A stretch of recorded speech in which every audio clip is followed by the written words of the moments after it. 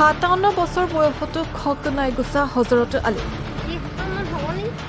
500 টকাৰ বিনিময়ত নিজৰ অসৎ কামনা চাৰিতাৰ্থ কৰাৰ চেষ্টা টকা 500 দিম এনেকৈ কৈ চালিং মাতিছিলে ঘৰতো কোনো নথকাৰ সুযোগ লৈ নিৰ্যাতন কৰিলে এগৰাকী কিশোৰীক বাপেক আছিলে বাপাই গৰু এৰাল দিবলৈ গৈছিলে গৰু এৰাল দিবলৈ যাওঁতে তেতিয়া হজৰত আলী আহি হেঁচা মাৰি লৈ পেলাই ধৰিছিলে আৰু খুলিবলৈ লৈছিলে আজি পৰ্যন্ত 7 গৰাকীক বিয়া কৰাইছে এই অধম হজৰত আলীয়ে আগত 7জনী বিয়া পাতিছে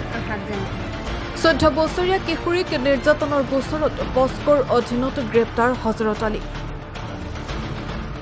লখিমপুৰ কদমটেঙা বস্তিত সংঘটিত হৈছে এগৰাকী কিশোৰী নিৰ্যাতনৰ ঘৃণনীয় ঘটনা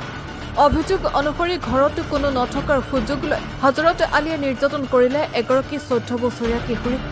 আপত্তি কৰিলে মাটি বাৰী বেছি সৰ্বহাৰা হোৱাৰ দিলে ভাবুকি নিউজ কৰিব নালাগে নিউজ কৰিলে মথা তোৰ গোটেই মাটি বাৰী বিক্ৰী হ'ব আৰু ছোৱালীজনীক য'ত আছে তাৰ পৰা আনিব নোৱাৰো বুলি ক'লে মই সেইটো কাৰণে বোলো নিউজ নকৰোঁ মই তেনেকৈ বুলি কৈছিলোঁ ভাবুকি দিছে মোক সেনেকৈ কৈছে আজি কোপতি সৰ্বমুঠ 7 গৰাকী মহিলাৰ সৈতে বিবাহ সম্পন্ন কৰা 57 বছৰীয়া হজৰত আলীক পস্কৰ আইনৰ অধীনত গ্ৰেপ্তাৰ কৰিছে বগীনদী আৰক্ষীয়ে কিশোৰীগৰাকীৰ মাতৃয়ে দাখিল কৰা এফআইআৰৰ ভিত্তিত ৰুজু হৈছে case number 46253332C 6265174752 VNS RWS 4218 POCSO bureau report NZNews